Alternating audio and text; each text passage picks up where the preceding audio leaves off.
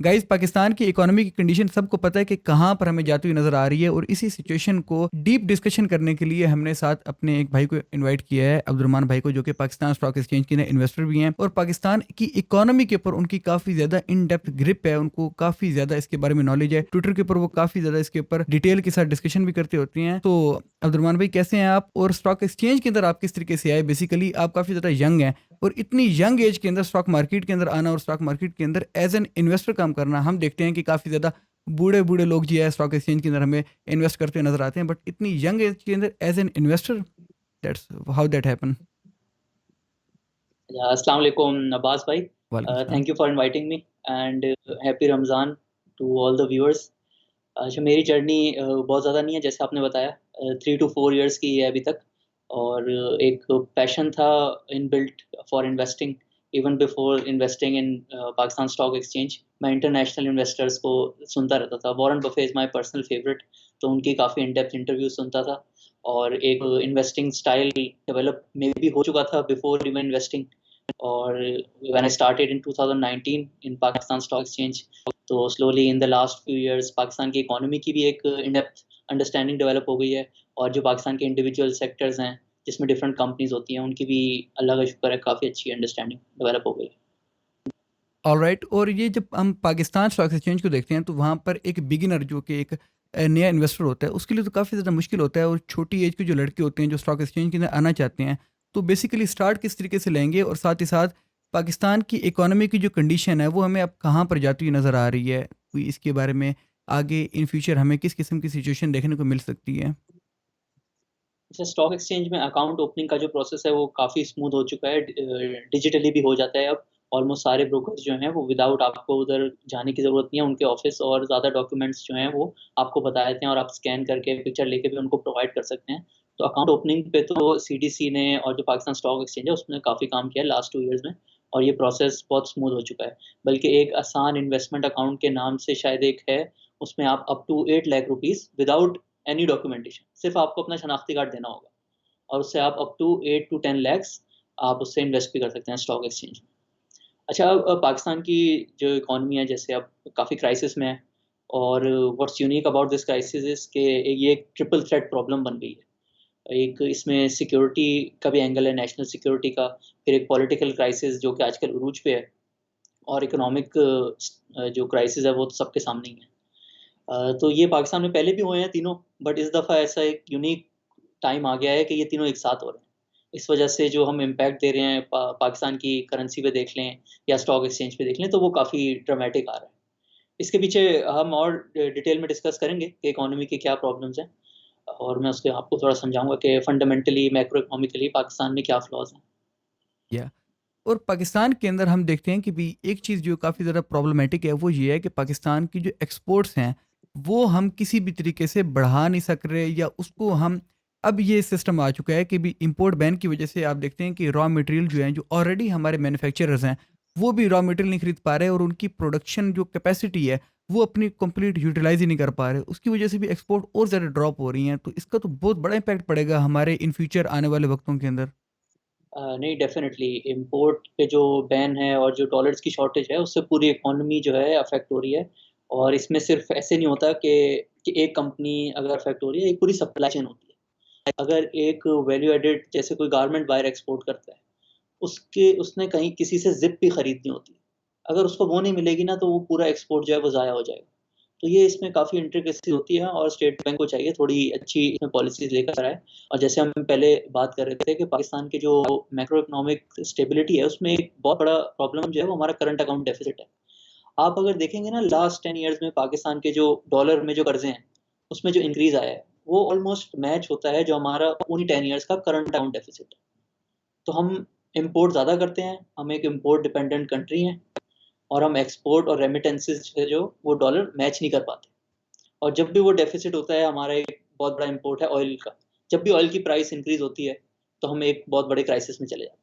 तो हमें चाहिए इस क्राइसिस से निकलने के लिए अपने एक्सपोर्ट्स को डेवलप करें, उनको प्रमोट करें, और एक ऐसी मीडियम टर्म पॉलिसी लेकर आएँ, जिसमें हमारे एक्सपोर्ट्स डबल हो नेक्स्ट 5 ईयर्स। Exactly exactly. अच्छा, ये जो करंट अकाउंट डेफिसिट है पाकिस्तान का, इसको किसी ने भी इतना ज़्यादा जो है मतलब कि अच्छे तरीके से टैकल करने की कोशिश नहीं की कि हम करंट अकाउंट डेफिसिट को किसी तरीके से कम कर लें कि इंपोर्ट और एक्सपोर्ट चाहे हम नुकसान ना कर रहे हों, फ़ायदे में ना जा रहे हों, तो कम से कम ऐसा तो ना हो ना कि हम नुकसान के अंदर ना जाएँ। और हम जितने भी कर्ज़े ले रहे हैं, वो एक ईज़ी मनी हम लेने की कोशिश करते हैं कि ईज़ी मनी लेकर हम अपनी एक्सपोर्ट्स जो है, उसको बढ़ाने की कोशिश नहीं करते। इंपोर्ट के लिए वो पैसा यूटिलाइज़ करके अपने आप को जो है वो बाउंड करते जा रहे हैं, और इन लॉन्गर रन हम देखते हैं कि भी इसके अंदर कंप्लीटली ट्रैप है एक। एक तो ये चीज़ होती है ना कि आप कर्जा लेकर किसी ऐसी एक डेवलपमेंट प्रोजेक्ट के अंदर एक ऐसे इंफ्रास्ट्रक्चर को डेवलप करने के लिए यूटिलाइज करते हैं जो हमें लॉन्गर रन के अंदर नजर आता है कि भी ये हमें बेनिफिट देगा। बट ये जो ट्रेड डेफिसिट के अंदर हम सारे का सारा अपना डॉलर ज़ाया कर देते हैं, जितना भी हमारा फॉरेक्स रिजर्व है, उसका एंड सिचुएशन क्या बनेगी आगे जाके? नहीं, डेफ़िनेटली ये एक बहुत बड़ा फेलियर है लास्ट 20 इयर्स का कि हम लोगों की एक्सपोर्ट जो है वो ऑलमोस्ट आज भी उधर ही खड़ी है। इम्पोर्ट करना बहुत आसान है। इम्पोर्ट कोई भी चाहे कहे मैं अगले साल इम्पोर्ट डबल कर दूँगा, उसके लिए उसको कुछ भी करने की ज़रूरत नहीं। उसने बस बाहर डॉलर भेजने और ज़्यादा सामान मँगा लेना। बट एक्सपोर्ट बढ़ाने के लिए आपको प्रोडक्टिविटी बढ़ानी होती है। आप सोचें, कोई भी चीज़ एक्सपोर्ट करने के लिए आपको दुनिया में उसमें कॉम्पिटिटिव होना पड़ता है। और जब आप कॉम्पिटिटिव नहीं होते, तो आपसे कोई क्यों खरीदेगा? वो कहीं और से खरीद लेगा। एग्जैक्टली। आप 2 साल पहले तक देखें, तो हम लोग धागा और कपड़ा ही एक्सपोर्ट कर रहे थे। तो ये तो बहुत लो वैल्यू एडेड चीज़ है। आपकी ऐसे ही। कॉटन भी अब डेफ़िसिट में चली गई है, आपको इम्पोर्ट करनी पड़ती है। तो हमने वैल्यू एडिशन पे और एक और इंडस्ट्री जो दुनिया में उभर के आई है लास्ट 20 इयर्स में, वो है आईटी इंडस्ट्री। उसमें भी आप बहुत पीछे रह गए हैं। इंडिया की एक्सपोर्ट $100 बिलियन क्रॉस कर गई है। तो उस हिसाब से अगर आप पॉपुलेशन के हिसाब से एडजस्ट भी कर लें, तो आपको कोई 10-15 बिलियन डॉलर पे होना चाहिए था। बट अभी भी आप 3 से 2 से 3 बिलियन डॉलर सिर्फ़ एक्सपोर्ट करते हैं। इजाफा इंडिया डिक्रीज ने हुई है। इसमें इन्वेस्ट किया, अपनी यूनिवर्सिटीज़ बनाई, आज से 30 साल पहले, 40 साल पहले, जिनका आज उन्होंने अपनी प्रोडक्टिविटी में इन्वेस्ट किया। आज उनको सबको नज़र आ रहा है कि वो एक्सपोर्ट करने के काबिल हैं। तो हमने वो इन्वेस्टमेंट जब नहीं करते, हमारे जो पॉलिटिशियंस होते हैं या इवन अगर मिलिट्री गवर्नमेंट भी आ जाए, वो थोड़े शॉर्ट टर्म सोचते हैं मेरे हिसाब से। वो इन्वेस्टमेंट पे इतना फ़ोकस नहीं करते और इस वजह से जो है हमारे एक्सपोर्ट जो ग्रो नहीं हुए। और एक और इसकी एक वजह ये भी है, पाकिस्तान में जो पिछले 10 साल में, 15 साल में इवन जो सक्सेसफुल आप एग्ज़ाम्पल्स भी देखेंगे ना एफडीआई की, वो सब इनवर्ड ओरिएंटेड है। आपने पीटीसीएल को अच्छा एक प्राइवेटाइज़ किया, लेकिन वो भी पाकिस्तान के अंदर ही सब कुछ बेचता है। आपके मुल्क में कोई भी ऐसी इंडस्ट्री नहीं लगी, जो कि एफडीआई से लगी हो और एक्सपोर्ट ओरिएंटेड हो। इस पे भी हमें बहुत फ़ोकस करना चाहिए। Exactly exactly. इसके साथ साथ एक और भी चीज़ है कि जहाँ पर हमने पीटीसीएल को प्राइवेटाइज किया है, वहाँ पर और भी हमारी बहुत सारी ऐसी कंपनीज हैं जो कि गवर्नमेंट ओन्ड हैं और वो काफ़ी ज़्यादा लॉस मेकिंग है। पीआईए एक जिंदा एग्जाम्पल है जो कि खाई पे खाई जा रही है और कुछ आगे आउटकम हमें नहीं प्रोवाइड कर रही। और ये लॉन्गर रन के अंदर हम देखते हैं कि पीआईए इतना लॉस करती है कि वो अगले 5 साल का अगर उसका लॉस हम निकाल लें, तो उसकी जगह के ऊपर हम एक नई पूरी एयरलाइन खड़ी कर सकते हैं। तो ऐसी क्या मजबूरी है हमें कि हम पीआईए के पीछे पड़े हैं कि हमने इसको किसी भी तरीके से चला कर ही रखना है? क्या ये वीआईपी इसके लिए नहीं है कि सिर्फ वीआईपी प्रोटोकॉल के लिए हम पीआईए को चला रहे हैं और इतना ज़्यादा लॉस बियर कर रहे हैं? ये आखिर सिचुएशन क्या है? इतनी लॉस मेकिंग बिजनेस को हम किस तरीके से लेके चल रहे हैं? नहीं, डेफ़िनिटली एसओईज़ की जो लॉसेस हैं ऑलमोस्ट 1 ट्रिलियन हो जाते हैं साल के। और जैसे मैंने बताया, पाकिस्तान का एक सबसे बड़ा मसला है कि करंट अकाउंट डेफ़िसिट। उसी तरह जो फ़िस्कल डेफ़िसिट है, उसके अंदर एसओईज़ का इतना बड़ा लॉस मेकिंग कंट्रीब्यूशन करना, इन बिज़नेसेस को तो अगर आप मिडल ईस्ट में जाएँ, वहाँ उनकी जो एसओईज़ हैं, वो प्रॉफ़िट कंट्रीब्यूट करती हैं। ये प्रॉफ़िट कंट्रीब्यूट करने के बजाय उल्टा लॉस कंट्रीब्यूट कर रही हैं। और यही यही कंपनीज़ जो हैं, इनको 500 बिलियन का गवर्नमेंट को कमा के देना चाहिए था और ये आज 1000 अरब रुपए का हर साल लॉस करती है। सिर्फ़ आप पीआईए ही अगर देख लें, तो ये साल का 50 से लेके 100 बिलियन डिपेंडिंग ऑन जो उस वक़्त इंटरेस्ट रेट क्या चल रहे होते हैं और सिचुएशन क्या होती है, हर साल लॉस करती है। अनदर एग्ज़ाम्पल इज़ रेलवेज़, वो भी ऑलमोस्ट 50 बिलियन का लॉस करती है।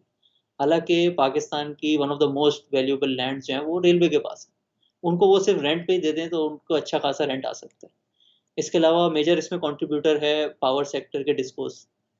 पावर सेक्टर में ऑलमोस्ट जो लाइन लॉसेस हैं और जो लोग बिल नहीं देते, वो 2 से 3 बिलियन डॉलर हो जाते हैं साल के। अब इतने ज़्यादा आप लॉसेस करने के बाद फिर वो सारा बर्डन किसी और को उठाना पड़ता है, in the shape of taxes. Salaried class आज इतना ज़्यादा एग्जैक्टली। टैक्स देती है अपनी इनकम के हिसाब से। जो लोग बिजली यूज़ करते हैं, वो इतना महँगा बिल देते हैं, तो फिर इंडस्ट्रीज़ भी कॉम्पिटिटिव नहीं रहती। तो ये बहुत ज़रूरी है कि आप अपनी जो एसओईज़ हैं, इसको प्राइवेटाइज़ करें। इससे दोनों एलिमेंट इम्प्रूव होंगे। आपके जो लॉसेस हैं, वो भी खत्म हो जाएँगे और इस इनकी वजह से बाकी लोगों को जो उनका बोझ उठाना पड़ता है इन टर्म्स ऑफ महँगी बिजली, वो भी काफ़ी हद तक पाकिस्तान की इकोनॉमी को कॉम्पिटिटिव बनाएगी। ऑलराइट। अच्छा, एक और चीज़ है यहाँ पर कि रेलवे की आपने बात की कि रेलवे के पास काफ़ी ज़्यादा जो है मतलब कि महँगी लैंड है। साथ ही साथ एक और भी चीज़ है, जो ई-कॉमर्स इंडस्ट्री है वो पूरी दुनिया के अंदर बहुत ज़्यादा बूम कर रही है। और ई-कॉमर्स इंडस्ट्री का एक मेजर जो चंक है वो हमारी कोरियर सर्विसेज़ के अंदर जाता होता है, कि जहाँ पर कोरियर सर्विसेज़ कॉम्पिटिटिव हों, जहाँ पर उनके प्राइसेज़ कॉम्पिटिटिव हों, वहाँ पर ई-कॉमर्स इंडस्ट्री ज़्यादा तेज़ी से बूम करती है। मैं खुद 3 साल चाइना में रहा हूँ और मुझे वहाँ पर आदत पड़ गई थी हर चीज़ ही ऑनलाइन मँगवाने की, यहाँ तक कि हमने राशन भी मंगवाना होता था तो वो भी हम ऑनलाइन ऑर्डर कर देते थे कि उठ के कौन जाए सामान लेने के लिए, क्योंकि इतना ज़्यादा कॉम्पिटिटिव उन्होंने मार्केट को कर दिया है कि कोरियर के रेट्स बहुत ज़्यादा कम किए हैं। और पाकिस्तान के अंदर अभी भी हम देखते हैं कि शिपिंग चार्जेस जो है बहुत ज़्यादा लगती होती हैं।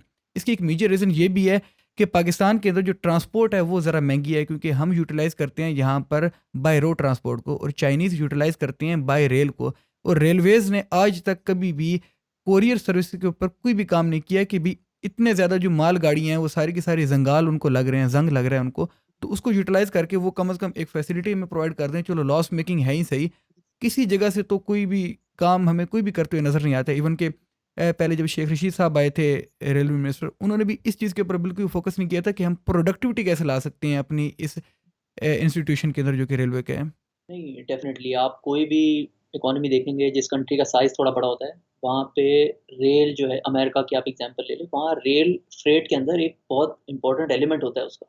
रेल की अगर आप कॉस्ट देखें पर माइल जो होती है वो ऑलमोस्ट 30 टू 50% होती है ऑफ रोड नेटवर्क। इधर आप देखें कोल भी जो है ट्रकों में ट्रांसपोर्ट होता है।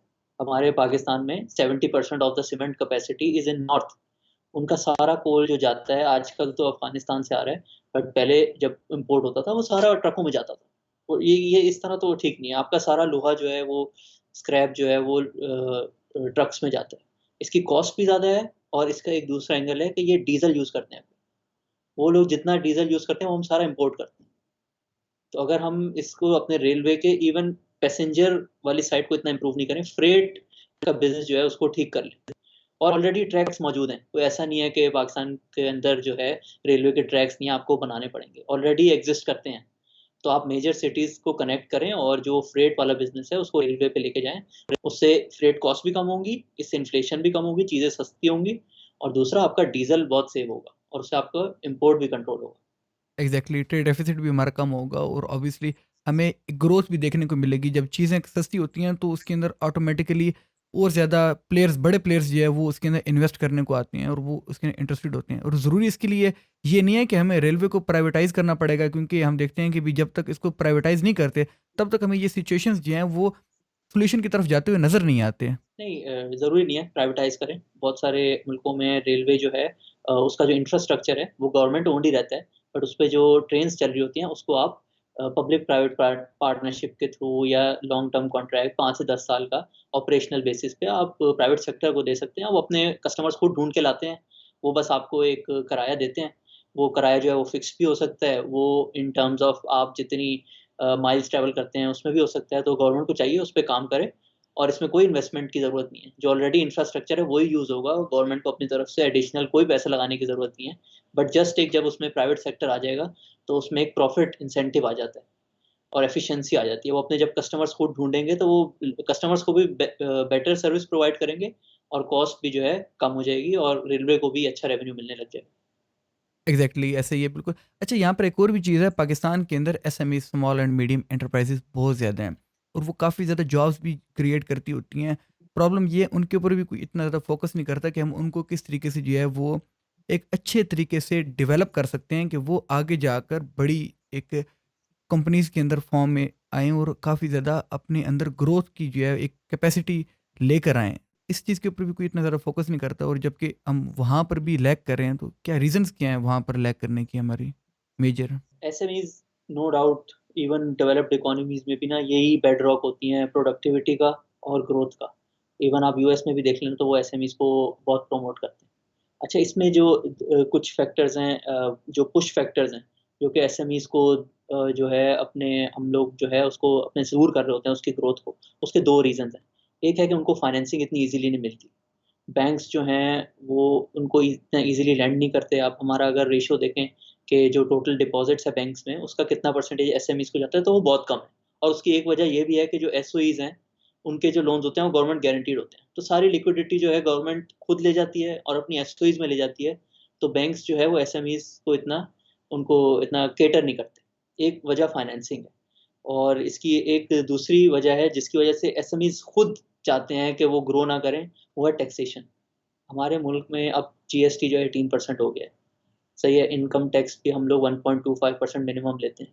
तो कोई भी अगर बिजनेस टैक्स नेट से बाहर रहता है तो वो 20% तो ऐसे ही बचा लेता है।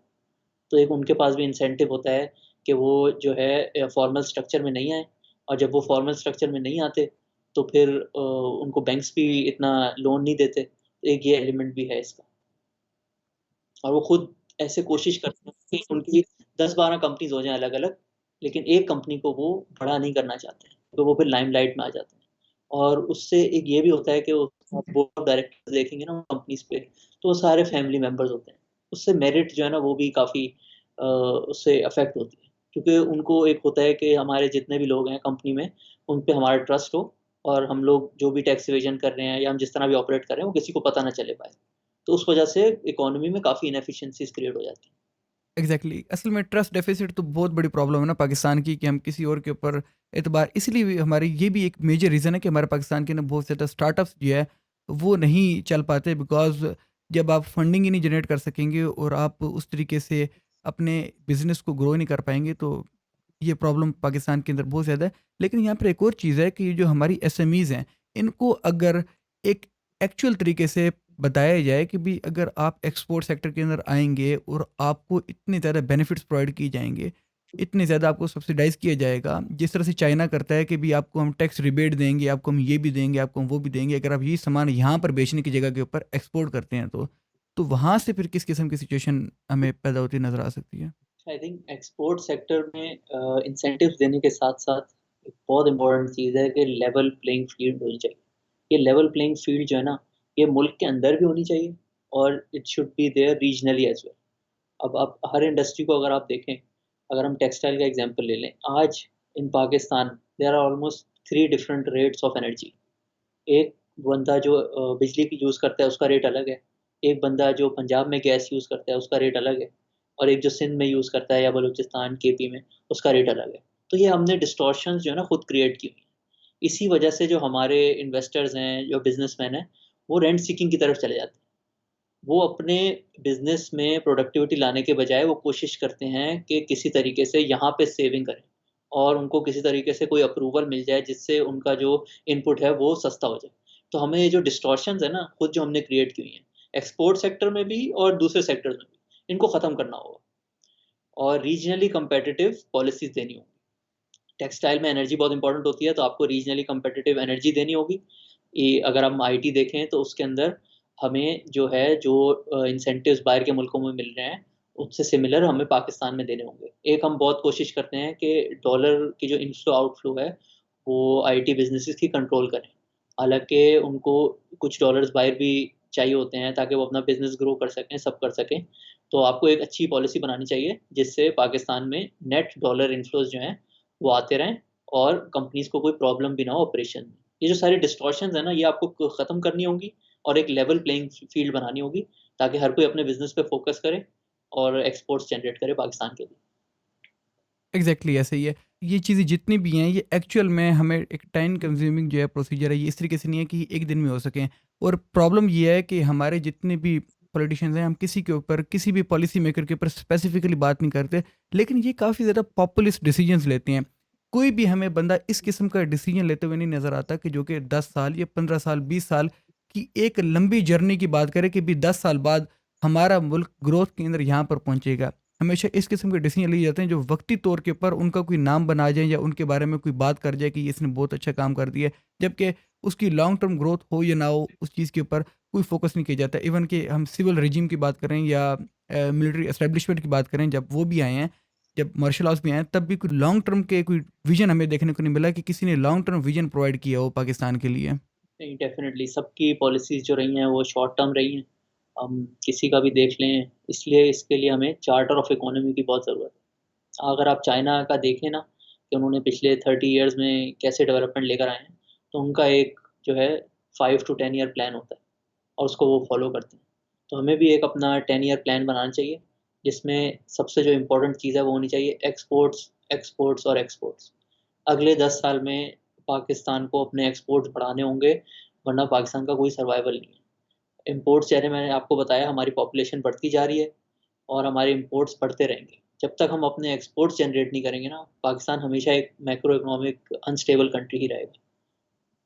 बट यहाँ पर एक और भी प्रॉब्लम है कि चार्टर ऑफ इकोनॉमी की जहाँ पर हम बात करते हैं, वहाँ पर कई लोग ये भी डिबेट रखते हैं कि चार्टर ऑफ इकोनॉमी की वजह से जो एक मतलब कि कोई भी पॉलिटिकल पार्टी है उसका एक अपना मैंडेट होता है, एक अपना इकोनॉमिक रिफॉर्म्स लाने का एक प्लान होता है, वो उसको अप्लीकेबल ही नहीं कर सकेंगे, क्योंकि वो तो आप ज़ाहिर बात है कि जब चार्टर ऑफ इकोनॉमी आ जाएगी तो सब पॉलिटिकल पार्टीज जब उसके ऊपर पॉलिटिक्स ही नहीं कर सकेंगी और अपना एक डिफरेंट विजन जो है वो ही नहीं ला सकेंगे, तो क्या इसके ऊपर प्रॉब्लम नहीं हो सकती बाद में आ करके भी कोई पॉलिटिकल पार्टी कहती है कि भी हमारा तो ये विजन ही नहीं है, हम तो इस तरीके से इकोनॉमिक ग्रोथ चाहते हैं, तो वहाँ पर ये भी सारी की सारी चीज़ें या इसके अंदर नहीं आ सकती ये कोई भी चार्टर डिस्कशन। ऑफ इकोनॉमी एक ब्रॉड प्रिंसिपल्स भी हो सकते हैं। ज़रूरी नहीं है वो एग्ज़ैक्ट बताए कि आपने अगले साल में किस से इंडस्ट्री को प्रमोट करना है। जैसे फॉर एग्ज़ाम्पल हम लोग आज चार्टर ऑफ इकोनॉमी कर लेते हैं कि अगले 5 साल तक हमने current account deficit below 2% GDP रखना है। अब इसके अंदर एक पॉलिटिकल गवर्नमेंट के पास बहुत रूम है, वो उसको जिस तरह चाहे अचीव कर सकती है, बट आपने उस थ्रेशोल्ड को ब्रेक नहीं करना। इसी तरह हमारा जो फिस्कल डेफिसिट होता है, उसको हमने बिलो 5% रखना है। अब आपकी अपनी मर्ज़ी है, आप उसको किस तरह अचीव करते हैं, आप किस सेक्टर को प्रायोरिटाइज़ करते हैं, बट एक मैक्रो इकोनॉमिक डिसिप्लिन में तो रहना चाहिए। इस चीज़ों पे आई थिंक होना चाहिए कंसेंसस। ऑलराइट। अच्छा, यहाँ पर अब एक और भी चीज़ है साथ कि भी ये सारी की सारी चीज़ें एक टाइम के ऊपर एक वक्त के अंदर अचानक से तो हो नहीं सकती, इसके लिए स्टेबिलिटी भी चाहिए होती है, और हमारी प्रॉब्लम ये है कि हम स्टेबिलिटी या लाना नहीं चाहते, और अगर कोई थोड़ी बहुत आती भी है तो कभी कोई जो है बीच में आ जाता है, तो कभी कोई इस किस्म के मामला बीच में ले आता है कि वो सारी की सारी स्टेबिलिटी जो है बंदे की लूज़ हो जाती है, पूरी एक कंट्री की ओवरऑल, वो किसी भी तरीके से हो, नो मैटर कि वो पाकिस्तान के अंदर कभी भी कोई भी प्राइम मिनिस्टर जो कि एक्चुअल में वोटिंग के थ्रू आया हो, वो कभी भी अपनी मुद्दत पूरी नहीं कर पाया। तो जब यहाँ पर इतनी ज़्यादा अनस्टेबिलिटी होएगी, वहाँ पर ऐसी पॉलिसीज़ बनाना क्या पॉसिबल भी है? थिंक ये जो अनस्टेबल कंट्री वाला फिनोमेना है ना, ये काफ़ी विज़िबल है 2017 में भी और 2022 में भी। दोनों टाइम पे हमारे रिज़र्व्स अराउंड $20 बिलियन थे या शायद $15 बिलियन थे, और विदिन 1 ईयर वो जो है ऑलमोस्ट $6-7 बिलियन पे आ गए दोनों सालों में। असल में होता क्या है, जब आप एकदम से इतनी बड़ी प्रॉब्लम क्रिएट कर देते हो ना, अपने मुल्क में इंस्टेबिलिटी ले आते हो, तो जो आपकी रीपेमेंट्स होती है ना डॉलर्स की, वो आपको देनी पड़ जाती है। अब लास्ट 1 ईयर में हमारे रिज़र्व्स $10 बिलियन प्लस से ड्रॉप हुए हैं। बस उसमें से जो करंट अकाउंट डेफ़िसिट है वो सिर्फ़ 3 से 4 बिलियन डॉलर है। बाकी जो है वो सारी रीपेमेंट्स हैं। तो ऐसा होता है कि लोग जिन्होंने आपको लोन्स दिए होते हैं, वो आपको लोन्स एक्सटेंड नहीं करते। इससे एक बहुत बड़ा क्राइसिस क्रिएट हो जाता है। और ये दोनों दफ़ा जो है ये क्राइसिस ऐसे ही क्रिएट हुए हैं कि पॉलिटिकल गवर्नमेंट को निकाला और उस वजह से जो है इकोनॉमी पे काफ़ी ज़्यादा बोझ आ जाता है। तो हमें चाहिए कि अपनी एक लॉन्ग टर्म पॉलिसीज़ लेकर आएँ और पॉलिटिक्स को जो है ज़रूर करें। जब इलेक्शन होता है तो ऑब्वियसली एक डेमोक्रेटिक कंट्री है, हर किसी का अपना राइट है अपने पॉलिसीज़ के थ्रू उसको एक्सरसाइज़ करें और अपनी पॉलिसीज़ के थ्रू लोगों को समझाएँ कि हम किस तरह उनकी लाइफ़ में बेहतरी लेकर आएँगे। बट एक जो है कंट्री को मैक्रो इकोनॉमिकली अनस्टेबल मत बनाएँ हर थोड़े सालों बाद। और यहाँ पर एक और भी चीज़ है कि पॉलिटिकल अनस्टेबिलिटी जो है वो कभी भी अगर किसी मुल्क के अंदर हो तो वहाँ पर जो हमारी एफडीआई है, फॉरेन डायरेक्ट इन्वेस्टमेंट है, उसको आप अट्रैक्ट कर ही नहीं सकते, और पाकिस्तान को इस वक्त इन्वेस्टमेंट्स की बहुत शदीद किस्म की ज़रूरत है कि किसी भी तरीके से पाकिस्तान के इन्वेस्टमेंट्स आएँ तभी ग्रोथ और यहाँ पर वेल्थ क्रिएशन होगी। हम वेल्थ क्रिएशन की बात करते हैं कि हमें इस तरीके की वेल्थ क्रिएशन करनी है पाकिस्तान के अंदर, लेकिन विदाउट हैविंग इन्वेस्टमेंट्स और डॉलर्स हम किस तरीके से ग्रोथ कर सकते हैं? ग्रोथ का कोई पर्सपेक्टिव किस तरीके से हम क्रिएट करेंगे इस किस्म का? नहीं, डेफ़िनेटली जो एफडीआई होता है ना, वो is a barometer of international confidence. International investors आपकी इकोनॉमी को किस तरह देख रहे हैं, वो रिफ्लेक्ट होता है एफडीआई में। अब हम जब अभी इस करंट सिचुएशन में मैक्रो इकोनॉमिकली अनस्टेबल हैं, तो ऑब्वियसली इधर कोई इन्वेस्ट नहीं करेगा। इधर पोटेंशियल बहुत है हर इंडस्ट्री में, एग्रीकल्चर से लेके, आईटी से लेके, इवन अभी हम सुन रहे थे सऊदी अरब इधर रिफाइनरी लगा रहे हैं, तो पोटेंशियल तो हर सेक्टर में है। बट आपको एक लॉन्ग टर्म विज़न देना होगा इस इकोनॉमी के लिए, ताकि जो आपके एफडीआई इन्वेस्टर्स हैं, वो भी आपको रेंट सीकिंग मत करें। अभी आपने सुना होगा कि सऊदी अरब एक रिफाइनरी लगाना चाह रहा है, जिस पे वो 7.5% ड्यूटी प्रोटेक्शन चाह रहा है। वो इसी वजह से है क्योंकि उसको पता है कि पाकिस्तान की पॉलिसीज़ जो हैं वो लॉन्ग टर्म में इतनी चेंज होती हैं, तो मैं अपने आप को सिक्योर करूँ। तो मैं एक ये मेरा मतलब होप होगी कि नेक्स्ट फ्यू इयर्स में हम लोग अपनी लॉन्ग टर्म पॉलिसीज़ थोड़ी बेहतर करें और जब ये 3-4 साल हम लोगों को करके दिखाएँगे कि हम एक स्टेबल कंट्री हैं, हमने अपने एक्सपोर्ट्स को ग्रो करने की जो पॉलिसी दी है, उस पे हम चल रहे हैं, 3-4 साल हम उसको इम्प्लीमेंट करेंगे, तो फिर एफडीआई खुद ब खुद आने लग जाएगी। जब आप हाउ 3-4 साल तक लोगों को दिखाएँगे ना कि हमारी पॉलिसीज़ जो हैं अब चेंज नहीं होंगी और हमने एक ऐसा सिस्टम बना लिया है जिससे हमारी इकोनॉमी जो है वो ग्रो करेगी और स्टेबल भी रहेगी उसके साथ-साथ, तो इन्वेस्टमेंट दुनिया में एफडीआई का पोटेंशियल बहुत ज़्यादा है। पाकिस्तान में तो 1% भी एफडीआई अगर अट्रैक्ट कर ले तो it's more than meaningful for the economy. तो exactly. All the problems are within Pakistan. ऐसा कुछ नहीं है कि दुनिया जो है वो कुछ उधर प्रॉब्लम्स चल रही हैं इस वजह से एफडीआई नहीं आ रही। सारी प्रॉब्लम्स जो हैं इंटरनल हैं और जब हम अपना हाउस इन ऑर्डर कर लेंगे, तो एफडीआई अट्रैक्ट करना हमारे लिए मुश्किल नहीं होगा। Exactly, how about China? China ने पाकिस्तान की इन्वेस्टमेंट की है, बट इनसिक्योरिटी की रीज़न नहीं है यहाँ पर कि भाई चाइना आखिर इतना ज़्यादा स्लो? क्या इसके अंदर ये रीज़न नहीं है कि पाकिस्तान के अंदर इनसिक्योरिटी की बहुत ज़्यादा प्रॉब्लम्स हैं, सिक्योर इन्वायरमेंट हम क्रिएट नहीं कर पा रहे हैं? इस किस्म की कोई सिचुएशन है या ये सिर्फ एक मिथ है? नहीं, नहीं, डेफ़िनिटली चाइनीज़ इन्वेस्टर्स की नंबर 1 प्रॉब्लम आजकल तो जैसे हमने शुरू में बात की कि जो 3 प्रॉब्लम्स आजकल चल रहे हैं उसमें से एक नेशनल सिक्योरिटी भी है और लास्ट फ्यू मंथ्स में हमने देखा है टेररिज़्म की वेव फिर से आई है। तो इट्स डेफ़िनिटली उनके जो रडार पे है वो नंबर 1 है, क्योंकि उनके नेशनल्स अगर यहाँ पे आके उनकी लाइफ़ सिक्योर नहीं होगी, तो then why would they invest? So एक बहुत बड़ा इश्यू है और हम अगर इसको देखें from the point of view of mining या ऑयल एंड गैस एक्सप्लोरेशन, तो उधर भी हम जब भी ये थोड़ा बलूचिस्तान साइड पे या केपी साइड पे जाते हैं, तो security is a big concern. But उसपे हमारी जो मिलिट्री एस्टेब्लिशमेंट है, वो काफ़ी काम करती है और जो भी इन्वेस्टर आता है, उसको फैसिलिटेट करती है, उस एरिया में एक्स्ट्रा सिक्योरिटी भी प्रोवाइड करती है। बट जनरली अगर हमारी ओवरऑल सिक्योरिटी इम्प्रूव होगी, तो फिर इन्वेस्टर्स का कॉन्फिडेंस भी बढ़ेगा। अच्छा, एक और भी चीज़ है यहाँ पर मिलिट्री एस्टेब्लिशमेंट से, एक और भी यहाँ पर क्वेश्चन रेज़ होता है कि हम देखते हैं पाकिस्तान के अंदर मिलिट्री एस्टेब्लिशमेंट का बहुत बड़ा रोल रहा है पॉलिटिक्स के अंदर। और पॉलिटिक्स के अंदर जब एक इंस्टीट्यूशन इस तरीके से पॉलिटिक्स के अंदर इंटरफेरेंस करेगा, तो क्या उसके अंदर डेमोक्रेसी सर्वाइव कर पाएगी? और साथ ही साथ ऐसे माहौल के अंदर, ऐसे एनवायरनमेंट के अंदर जहाँ पर एक पावर हाउस, एक सिंगल पावर हाउस जो है वो आपको मिलेगा ही नहीं देखने को, तो वहाँ पर इससे भी एफडीआई जो हमारे डायरेक्ट इन्वेस्टमेंट्स हैं, फॉरेन डायरेक्ट इन्वेस्टमेंट्स, वो क्या इस तरीके को अट्रैक्ट कर पाएंगे कि भी इस तरीके के माहौल को? अच्छा, दिस इज़ मतलब मेरा फ़ोर्टे तो नहीं है, एग्ज़ैक्ट मिलिट्री और पॉलिटिशियंस का जो बैलेंस है, उसपे मैं इतना ज़्यादा तो नहीं कमेंट कर पाऊँगा। बट आजकल तो बल्कि ये हालात है कि जो सारे इन्वेस्टर्स हैं, वो मिलिट्री एस्टेब्लिशमेंट की तरफ से देखते हैं, कि वहाँ से हमें अगर गो अहेड मिले, तो फिर हम इन्वेस्ट करेंगे। But in general in a democratic country इस बैलेंस को जो है, वो मोर टुवर्ड्स द पॉलिटिशियंस होना चाहिए और मिलिट्री जो है, वो एक अपना रोल प्ले करे, अपना फैसिलिटेट करे सब इन्वेस्टर्स को जिस तरह भी कर सकती है और दोनों को सेम पेज पे होना चाहिए।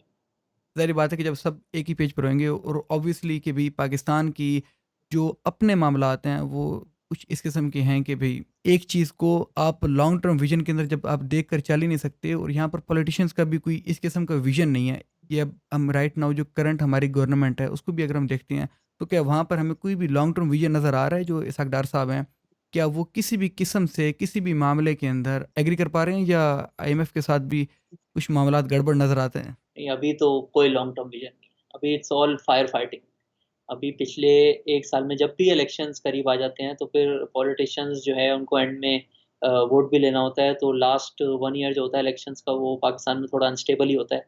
और जहाँ तक आईएमएफ है, तो उसमें अब काफ़ी क्लियर है, आईएमएफ की तरफ से भी स्टेटमेंट्स आ गई हैं कि एक ही कंडीशन है कि उन्होंने एक टारगेट बनाया है कि पाकिस्तान के अभी जितने रिज़र्व्स हैं और जितनी उनको नीड है नेक्स्ट फ्यू मंथ्स में, तो उनका टारगेट है कि जून एंड पे पाकिस्तान के पास $8 बिलियन के रिज़र्व्स होने चाहिए। उस टारगेट को अचीव करने के लिए पाकिस्तान को अपने फ्रेंडली कंट्री से 5 से $6 बिलियन चाहिए। तो उसमें मोस्ट प्रोबेबली सऊदी अरब जो है उसने कमिट किया था जेनेवा में जब कॉन्फ्रेंस हुई थी, फ्लड कॉन्फ्रेंस, उसमें $2 बिलियन उन्होंने कमिट किए थे और प्राइम मिनिस्टर ने भी 2-3 दफ़ा कहा है कि यूएई ने हमसे प्रॉमिस किया है कि वो $1 बिलियन देंगे। बट हम साथ-साथ ये भी देखते हैं कि सऊदी फाइनेंस मिनिस्टर की तरफ से स्टेटमेंट्स आती हैं कि अब हमने जो है लोन्स देना अब छोड़ दिए हैं, अब हम मोर टुवर्ड्स इन्वेस्टमेंट्स हैं। इन्वेस्टमेंट्स करते हैं। इजिप्ट का एग्जांपल है हमारे पास। तो इसकी exact situation next few weeks में क्लियर हो जाएगी। बट ये तो क्लियर है कि जब तक ये डॉलर्स फ्रेंडली कंट्रीज की तरफ से सपोर्ट नहीं आएगा तो आईएमएफ तो नहीं होगा। और यहाँ पर फ्रेंडली कंट्रीज़ के अंदर सऊदी अरेबिया, आखिर सऊदी अरेबिया ने इतना बोल्ड किस्म का कमेंट दिया कि भी नो मोर इजी मनी, अब हम जो है मतलब कि इकोनॉमिक डेवलपमेंट के ऊपर जाएंगे और आप भी अपनी जो इकोनॉमिक पॉलिसीज़ हैं उनको पहले देखें कि वो किस तरीके से आप लेकर चलते हैं। तो एक्चुअल में उन्होंने बात तो ठीक की है, गलत बात तो नहीं की है ना, कि उनको पता है कि जब पाकिस्तान के अंदर इकोनॉमिक स्टेबिलिटी है ही नहीं ना, पॉलिटिकल स्टेबिलिटी है, तो उन्होंने जो पैसा देना है वो पैसा भी ज़ाहिर बात है कि जिन मामला के अंदर जाएगा वो भी या तो वो तो पता नहीं चलेगा। क्या इस किस्म की है, या सऊदी अरब को अब दे देने चाहिए हमें पैसे? हमारी हिस्ट्री बिल्कुल ऐसी रही है, specially close to the elections. अगर हमें कोई 2-3 बिलियन डॉलर भी मिल भी जाएंगे तो हम कुछ ना कुछ करके उसको, सस्ती बिजली या सस्ता पेट्रोल जैसे चल रहा था पिछले दिनों में, तो कहीं ना कहीं करके उसको ज़ाया कर देते हैं। और सऊदी अरब को भी मोस्ट प्रॉब्ली यही लग रहा है कि अभी हम 2 बिलियन डॉलर देंगे, थोड़े टाइम बाद नई गवर्नमेंट आएगी, वो भी हमारे साथ फिर से हमसे 2-3 बिलियन डॉलर का बेल आउट मांगेगी। तो इससे बेहतर है एक ही दफ़ा आप अपना पॉलिटिकल हाउस इन ऑर्डर ले आएँ, फिर हम एक ही दफ़ा आपकी हेल्प करेंगे जब आपकी लॉन्ग टर्म पॉलिसीज़ भी क्लियर हो जाएँगी। Exactly exactly. अच्छा, एक और भी चीज़ है कि पाकिस्तान के अंदर कहा जाता है कि भी हम जो है अपनी इंडस्ट्रीज़ को बहुत ज़्यादा बढ़ाएं, जैसे कि आईटी सेक्टर जो है उसके अंदर हम बहुत ज़्यादा कमज़ोर हैं और रह गए हैं, हम काफ़ी ज़्यादा पीछे रह गए हैं। बट यहाँ पर एक और भी पॉइंट है कि जो हमारी ऑलरेडी पाकिस्तान के अंदर डेवलप्ड इंडस्ट्रीज़ हैं, जब हम उन्हीं को स्टेबलाइज नहीं कर पा रहे तो एक नई इंडस्ट्री को हम किस तरीके से जो है वो चला पाएंगे पाकिस्तान के अंदर लाकर उसको इतनी ज़्यादा ग्रोथ देना, जबकि जो डेवलप्ड इंडस्ट्रीज़ हैं वो हमारी जो है क्लोज टू डिफ़ॉल्ट जा रही हैं। कि एपीटीएमए ने जैसे कहा है कि भी अब हम टेक्सटाइल इंडस्ट्री मुकम्मल तौर के ऊपर आगे डिफ़ॉल्ट की तरफ जाते हुए देख रहे हैं, तो ये सिचुएशन क्या डिस्टर्बिंग नहीं है इतनी ज़्यादा? टेक्सटाइल जो है पाकिस्तान का नंबर 1 एक्सपोर्टर है, और वहाँ पे कोई भी नेगेटिव डेवलपमेंट हो तो उसका एंड में पाकिस्तान को ही नुकसान होता है। अब आईटी जहाँ तक है, आईटी का पॉज़िटिव चीज़ ये है कि पाकिस्तान के पास एक फंडामेंटल एडवांटेज है। इसमें कुछ आपको इम्पोर्ट करने की ज़रूरत नहीं है। बहुत small percentage of the exports मतलब आपको उसकी इम्पोर्ट करनी पड़ती है। ह्यूमन रिसोर्स ऑलरेडी हमारे मुल्क में काफ़ी है, तो हम उसको जो है वो उस तरह अफ़ेक्ट नहीं होती जिस तरह टेक्सटाइल्स होता है, क्योंकि उनके रॉ मटेरियल्स काफ़ी इम्पोर्टेड होते हैं। तो उस एंगल से आईटी इंडस्ट्री जो है, और उसमें पोटेंशियल भी काफ़ी है। अभी हम ईज़िली चाहें तो हर साल तकरीबन 20,000 से 25,000 न्यू ग्रेजुएट्स आते हैं, और बहुत सारी कंपनीज़ इस पे काम कर रही हैं कि जो ग्रेजुएट्स जो कि जिनका आईटी बैकग्राउंड नहीं है, उनको भी हम शिफ्ट करें। उनको हम 3 महीने, 6 महीने की ट्रेनिंग देके आईटी सेक्टर में लेकर आएँ, ताकि ये जो 20,000, 25,000 का नंबर है, ये 50,000 तक हो, और हम हर साल $1 बिलियन का एक्सपोर्ट जनरेट करें। लेकिन यहाँ पर एक और भी चीज़ है, जो आईटी इंडस्ट्री है पाकिस्तान की वो $1 बिलियन से बहुत ज़्यादा बना रही है। बट यहाँ पर सिचुएशन ऐसी है कि पाकिस्तान के अंदर आपको ही पता है ओपन मार्केट में डॉलर का क्या रेट होता है और इंटर बैंक रेट क्या होता है, जिसकी वजह से कई लोग अपना पैसा जो है वो स्टॉक कर ही दुबई रहे हैं। कि हम दुबई से ज़ाहिर बात है कि पाकिस्तान में मंगवा कर उनको फ़ायदा नहीं मिलेगा लीगल चैनल के थ्रू, जब वो इंटर बैंक रेट ही उनको नहीं मिलेगा, और इसकी वजह से काफ़ी हद तक हम देखते हैं कि ब्लैक मार्केट भी डेवलप होती है। तो ये इस चीज़ को किस तरीके से हम टैकल करेंगे जब डॉलर रेट एक बंदे को सूटेबल ही नहीं लगेगा कि भी हम पाकिस्तान में डॉलर मंगवा लें, उसके बाद ना हम बाहर भेज सकते हैं वो डॉलर। कि डॉलर ये होता है ना कि आईटी सेक्टर के अंदर कोई भी एक नई कंपनी होती है उसको डॉलर्स की ज़रूरत होती है कि बाहर भी उसको कुछ ना कुछ डॉलर भेजने होते हैं, किसी भी मामले के अंदर उनको भेजने पड़ जाए, तो पाकिस्तान से तो भेजना आपको पता है कि भी क्या सिचुएशन है पाकिस्तान की। इसकी वजह से वो डॉलर सारे के सारा जो स्टॉक ही दुबई कर रहे हैं और अपनी ज़रूरत का डॉलर पाकिस्तान मंगवा रहे हैं, इस चीज़ को हम किस तरीके से टैकल कर पाएंगे? और ये अगर एक इकोसिस्टम डेवलप हो गया तो ये इकोसिस्टम तो बढ़ता जाएगा और पाकिस्तान इसके अंदर बहुत ज़्यादा पीछे रह जाएगा। नहीं, डेफ़िनेटली देखिए, ये जो फिनोमेना है ना 2 मार्केट्स का, ग्रे मार्केट और ऑफ़िशियल इंटरबैंक चैनल, इसमें मेरे हिसाब से तो आजकल per month 4 to 500 million dollar जो है, वो जो है ग्रे मार्केट में आता है, जो कि पाकिस्तान के नंबर्स में शो ही नहीं होता। पाकिस्तान के रेमिटेंसेस ऑलमोस्ट $3 बिलियन पे पहुँच गए थे। अब ग्लोबल रिसेशन आया है, सब कुछ हुआ है, बट उनका $2 बिलियन पे आना काफ़ी अलार्मिंग है। मुझे पर्सनली लगता है कि ये ईज़िली इस सेक्टर से रेमिटेंसेस जो आते हैं और जो आईटी रेमिटेंसेस आते हैं, इन दोनों को कंबाइन करके तकरीबन $500 मिलियन जो है वो ग्रे मार्केट में जाता है, और उससे फिर लोग इम्पोर्ट भी करते हैं। हमारे लास्ट 2 मंथ्स का इम्पोर्ट का नंबर जो है वो बिलो $4 बिलियन है। ऐसा हो ही नहीं सकता पाकिस्तान में आप जाएँ बाहर बाज़ार में, सब चीज़ें मिल रही हैं और वो इम्पोर्टेड हैं। तो ये जो रेमिटेंसेस का और आईटी रेमिटेंसेस से जो डॉलर है, जो ऑफ़िशियली पाकिस्तान नहीं आता, वो उधर यूज़ होता है। और वो एग्जैक्टली। दुबई के थ्रू होता है। अच्छा, ये फिनोमेना जो है, ये जो टेक्सटाइल एक्सपोर्ट्स है उसमें ज़रा कम होता है, क्योंकि जब आप कोई फिजिकल गुड एक्सपोर्ट करते हो ना, तो उसकी जीडी होती है, उस पे आपने सेल टैक्स दिया होता है जो कि आपने वापस क्लेम करना होता है, तो उसके लिए आपको सब कुछ ऑफिशियली पैसे भी मंगाने पड़ते हैं, शो करना पड़ता है to claim that tax back. But remittances में और आईटी बिजनेस में ये फिनोमेना ग्रे मार्केट का है, काफ़ी प्रेवलेंट है। इसका एक ही हल है, इसका कोई हल नहीं है। इसके दो तरीके हो सकते हैं। या तो आप अपनी इकोनॉमी को इतना स्ट्रॉन्ग कर लें कि कोई बाहर भेज ना पाए, अपने बॉर्डर्स इतने सिक्योर कर लें कि स्मगलिंग ख़त्म हो जाए, जो कि पाकिस्तान में पॉसिबल नहीं है। हिस्ट्री हमें बताती है कि ये हमेशा ट्राई हुआ है बट कभी नहीं होता। तो इसका हल जो हमारे पास एक ही है, वो है आप अपने मार्केट का जो एक्सचेंज रेट है, इंटर बैंक रेट, उसको at par with grey market रखें। सिंगल एक्सचेंज रेट होना चाहिए मुल्क में। उससे जो है रेमिटेंसेज जो है वो सब जो है फिर ऑफिशियल चैनल से आएंगे। एग्जैक्टली। अच्छा, ये चीज़ भी है कि साथ अफगानिस्तान का जो बॉर्डर है वहाँ पर हमने बिलियंस लगाए हैं। कोई 1-2 बिलियन नहीं बल्कि अप टू 500 बिलियन का हमने खर्चा किया वहाँ पर फेंसिंग करने के। उसके बावजूद भी अगर हम वहाँ पर स्मगलिंग को ना रोक पा रहे हों, तो ये एक अलमिया नहीं है कि इतना ज़्यादा खर्चा और इतनी ज़्यादा सिक्योर एक बॉर्डर को करने के बावजूद भी हम स्मगलिंग को रोक नहीं पा रहे। इवन हमारे फाइनेंस मिनिस्टर लाइव आकर बता रहे हैं कि इतने बिलियन डॉलर की स्मगलिंग हो रही है। इसमें दो एंगल्स हैं। एक तो है कि पाकिस्तान में अगर कोई भी चीज़ अफगानिस्तान या इंटरनेशनली के मुकाबले में उसकी प्राइस कम होगी या ज़्यादा होगी, तो एक नेचुरल इंसेंटिव बन जाता है स्मगल करने का। पाकिस्तान में यूरिया 1 साल पहले दुनिया से 70% कम कीमत पे बिकता था। अब लोग फिर कोई ना कोई तरीका ढूंढेंगे कि उसको अफगानिस्तान लेकर जाएं और डबल कीमत में बेच दें। इसी तरह जिन चीज़ों पे बहुत ज़्यादा ड्यूटीज़ लगी हुई हैं पाकिस्तान में, जिसकी प्राइस समझें अगर आप ऑफिशियली इंपोर्ट करें 3 टाइम्स हो जाती है, तो आप फिर कोशिश करते हो कि आप अफ़गान ट्रांज़िट ट्रेड के थ्रू मँगा लें। इसकी एग्ज़ाम्पल है टायर्स हैं, इम्पोर्टेड फूड आइटम्स हैं। तो जहाँ एक तो आपने पहले डिस्टॉर्शन अगेन क्रिएट की, जिसकी वज़ह से इंसेंटिव क्रिएट होता है। दूसरा फिर एलिमेंट होता है कि आप अपने बॉर्डर्स कितने सिक्योर करते हो, आपकी। अच्छा, मेरे हिसाब से एक मुल्क में अगर 3 चीज़ें अच्छी हो ना, तो ये सारी चीज़ें जो हैं ये कंट्रोल हो सकती हैं। एक होता है आपका बॉर्डर सिक्योर हो, आपका इमिग्रेशन का जो सिस्टम है वो अच्छा हो, आपके जो बैंक्स हैं ना, वो उसमें आप कोई भी चीज़ होगी उसकी कहीं न कहीं जाके ट्रांज़ैक्शन होगी, सही है? बैंक्स, बॉर्डर और थर्ड चीज़ होती है पुलिस, क्योंकि हर किसी को पता होता है अपने लोकल एरिया में कौन क्या कर रहा है। ये 3 इंस्टीट्यूशंस अगर आपके सिक्योर हो ना, तो तभी आप एक अपनी सही इकोनॉमी चला सकते हैं जिसमें स्मगलिंग नहीं होगी। एग्जैक्टली। अच्छा, अब यहाँ पर एक और भी चीज़ है कि अपना जो हम बैंकिंग का इंस्टीट्यूशन देखते हैं, बैंकिंग को ज़्यादातर जो हम देखते हैं लोन्स वो ऑलरेडी गवर्नमेंट भी प्रोवाइड करते हैं। एक तो ये चीज़ है ना कि भी पूरी दुनिया के अंदर जो गवर्नमेंट को लोन दिया जाता है, किसी भी मुल्क की किसी भी कंट्री की गवर्नमेंट होगी, उसको जब लोन प्रोवाइड किया जाता है तो वो मोस्ट सिक्योर लोन माना जाता है। बट वहाँ पर जो लोकल बैंक्स होते हैं, वो एक बहुत बड़ा चंक, जैसे इंडिया की एग्जांपल ले लें तो इंडिया में कितने किस्म के लोन प्रोग्राम्स होते हैं जो कि स्टार्टअप्स के लिए होते हैं, फार्मर्स के लिए होते हैं, हर किस्म के सेक्टर के लिए वहाँ पर लोन्स प्रोवाइड किए जा रहे हैं। बट पाकिस्तान के अंदर अगर हम बैंक्स को देखते हैं तो बैंक सिर्फ एक ही तरफ जो है वो फोकस करता है कि सारे का सारा पैसा वहीं पर ही देता है। उसके अलावा हमें एक ग्राउंड रियलिटी के अंदर जो एसएमईज हैं उनको भी लोन देखते हुए नहीं मिलता, और साथ ही साथ जो एक नया स्टार्टअप होता है उसको भी किसी किस्म की वहाँ पर एक स्टेबल एनवायरनमेंट के अंदर पैसा जनरेट करने का मौका ही नहीं मिलता, तो वो किस तरीके से अपने बिजनेस को आगे लेकर चलेगा। नहीं, डेफ़िनेटली मोर देन 50% जो बैंक्स बोरो लेंड करते हैं, गवर्नमेंट को ही कर देते हैं।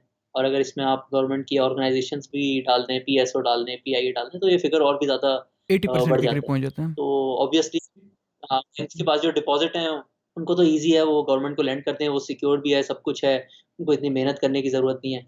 बट इसमें दूसरी साइड थोड़ी रेगुलेटरी भी है। पाकिस्तान में फ़ोरक्लोज़र लॉ अभी तक कोई इतना अच्छा नहीं है। अगर बैंक्स किसी को लेंड करते हैं और वो भाग जाए, या वो कुछ ना कुछ करके कुछ, बहुत सारे हमने केसेस देखे हैं कि बिज़नेसेस अपने बिज़नेस के नाम पे लोन देते हैं और वो प्रॉपर्टी में कहीं और लगा देते हैं, और बैंक के पास कोई तरीका नहीं होता वो रिकवर करने का। क्योंकि बैंक को at the end of the day जो वो लोन दे रहे हैं वो डिपॉज़िटर्स मनी होता है। उसपे वो सिर्फ़ एक परसेंटेज स्प्रेड कमा रहे होते हैं। वो लोन किसी वजह से डिफ़ॉल्ट हो जाएगा और उनके पास वो रिकवर करने का तरीका नहीं होगा, तो वो ऑब्वियसली उसको अवॉइड करेंगे, उनके लिए बिज़नेस सेंस मेक नहीं करती। तो आपको अपने थोड़े रेगुलेशंस भी इम्प्रूव करने की ज़रूरत है, और फिर थोड़ी पॉलिसीज़ भी लेकर आएँ। पहले सिक्योर करें, पहले मेक श्योर करें कि बैंक्स के लिए पॉसिबल है, एसएमईज़ को लेंड करना, दूसरे सेक्टर्स को लेंड करना, और देन उनको भी थोड़ा फिर फ़ोर्स भी करें कि आप इनको एक परसेंटेज, जैसे हमने लास्ट गवर्नमेंट में देखा था, एक रियल एस्टेट की पॉलिसी आई थी कि आप एक percentage of your lending has to go to real estate related projects. तो उस तरह की पॉलिसीज़ बनाएँ। मैं ये नहीं कह रहा रियल एस्टेट वालों को दें, उन सेक्टर्स को दें जहाँ से एक्चुअली एक्सपोर्ट्स जनरेट होंगी, या एग्रीकल्चर में दें, ताकि उधर प्रोडक्टिविटी इम्प्रूव हो तो पाकिस्तान को बाहर से कम इम्पोर्ट करना पड़ेगा। आप ये पूरा एक रेगुलेटरी सिस्टम जो है वो बेहतर करें, और फिर बैंक्स को इंसेंटिवाइज़ करें कि वो उस तरफ भी जाएँ। अपना फिस्कल डेफ़िसिट जब ये अपना कंट्रोल में रखेंगे ना, तो बैंक्स खुद जो आज 50% दे रहे हैं, तो अगर हमारा फिस्कल डेफ़िसिट कम होगा, तो उनको 30-40% तक हम ला सकते हैं। फिर उनको खुद ही एवेन्यूज़ तलाश करने पड़ेंगे। या बेसिकली मकसद ये है कि भी हमें अपनी पॉलिसीज़ के ऊपर भी बहुत ज़्यादा वर्किंग की ज़रूरत है, और पॉलिसीज़ से एक चीज़ ये है कि पेपल पाकिस्तान में अब तक नहीं आया। इसकी एक बहुत बड़ी मेजर रीज़न ये भी है कि हमारी जो बैंकिंग सेक्टर की जो पॉलिसीज़ हैं, वो इस किस्म की हैं कि पेपाल इस एनवायरनमेंट के अंदर शायद की बात है कि चल भी ना सके, क्योंकि वहाँ पर तो हम देखते हैं कि भी अगर आपने कोई भी एक ट्रांज़ैक्शन किया और वो ट्रांज़ैक्शन गलत हो जाती है, तो वो फ़ौरन से पहले रिवर्स हो जाती है। जबकि यहाँ पर अगर किसी भी बैंकिंग चैनल के थ्रू ट्रांज़ैक्शन की जाए, तो वो इतनी ईज़ी आप इस तरीके से रिवर्स नहीं कर सकते जिस तरीके से आप पेपाल के अंदर कर लेते हैं। इसी तरीके से वीचैट पे है जो चाइना के अंदर है, वहाँ पर भी आप रिवर्स पेमेंट कर लेते हैं। इवन कि आपको पैसा पहले मिल जाता है, वीचैट बाद में अपना जो है वो पैसा वहाँ से क्लेम करता होता है। ये सारी की सारी जो सिचुएशंस हैं, ये पाकिस्तान के अंदर अब जो फ़िनटेक आ रही है, क्या इसके बाद कोई पॉलिसीज़ की चेंजेज़ हमें देखने को मिलेंगी? फ़िनटेक भी ज़ाहिर बात है कि पाकिस्तान के अंदर जो डिजिटल बैंकिंग सिस्टम है, वो बहुत ज़्यादा तेज़ी से डेवलप हो रहा है। और ये ऐसे एनवायरनमेंट के अंदर लंबा तो सर्वाइव नहीं कर सकेंगे अगर हमने यही अपनी एनवायरनमेंट रखा बैंकिंग सेक्टर के अंदर कि हम अपनी पॉलिसीज़ के अंदर कोई भी चेंजिंग ना लेकर आए तो। नहीं, इस पे मैं इतनी ज़्यादा एक्सपर्ट एडवाइस तो नहीं दे पाऊँगा फ़िनटेक्स पे। बट रिसेंटली स्टेट बैंक ने 5 डिजिटल लाइसेंस, बैंकिंग लाइसेंस दिए हैं, एग्ज़ैक्टली। और उनका एम यही है कि फ़िनटेक को प्रमोट किया जाए, और इस पे डेवलपमेंट्स होती है। स्टेट बैंक ने खुद एक पूरा सिस्टम बनाया है रास, जिसको मैंने भी थोड़े दिन पहले यूज़ किया था। वो बैंकिंग ऐप का जो नॉर्मल ट्रांसफ़र था वो नहीं चल रहा था, बट रास के थ्रू ट्रांसफ़र ईज़िली हो ये गया। विदिन अ सेकंड हो तो इस पे जाती कुछ है। डेवलपमेंट्स हुई हैं। एग्ज़ैक्टली।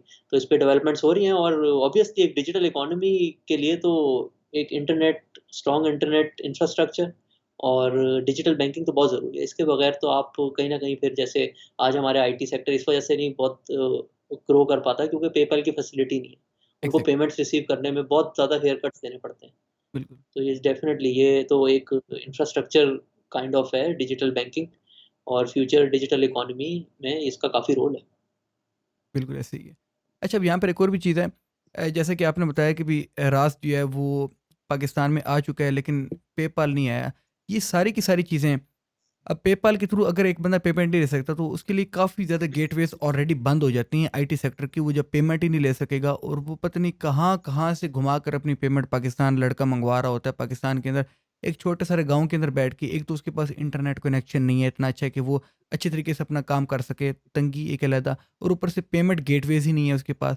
इसके बावजूद भी वो बच्चा बेचारा मेहनत कर रहा है, अपने सारे के सारे मामलात चला रहा है, और ओवरऑल हम एक इंडस्ट्री को डेवलप भी नहीं कर पा रहे। तो ये लॉन्ग रन के अंदर तो हम इस चीज़ को नहीं देख रहे। साथ ही साथ लॉन्ग रन के अंदर हम अपने इंडस्ट्रियल इंफ्रास्ट्रक्चर को भी डेवलप नहीं कर रहे। पाकिस्तान के अंदर भी ऐसी पॉलिसीज़ हमें देखने को मिल रही हैं कि बाकी भी इंडस्ट्रीज़ को जो है वो देखा जाए, जैसे कि क्रिप्टो वगैरह की इंडस्ट्री होगी, उसको तो ज़ाहिर बात है कि हम लीगली नहीं कर पा रहे अब तक। नहीं, क्रिप्टो पे तो मतलब लेजिस्लेशन थोड़े ग्रे एरिया में है। एग्ज़ैक्ट तो इसका नहीं बता सकूँगा, बट अगेन मतलब गवर्नमेंट का काम ही ये होता है कि वो लोगों को गाइड करे कि क्या आपके लिए ठीक है, क्या गलत है। जब आप खुद पॉलिसीज़ इतनी ग्रे एरिया में रखेंगे, तो लोग फिर जो है वो दुबई का रूट यूज़ करते हैं।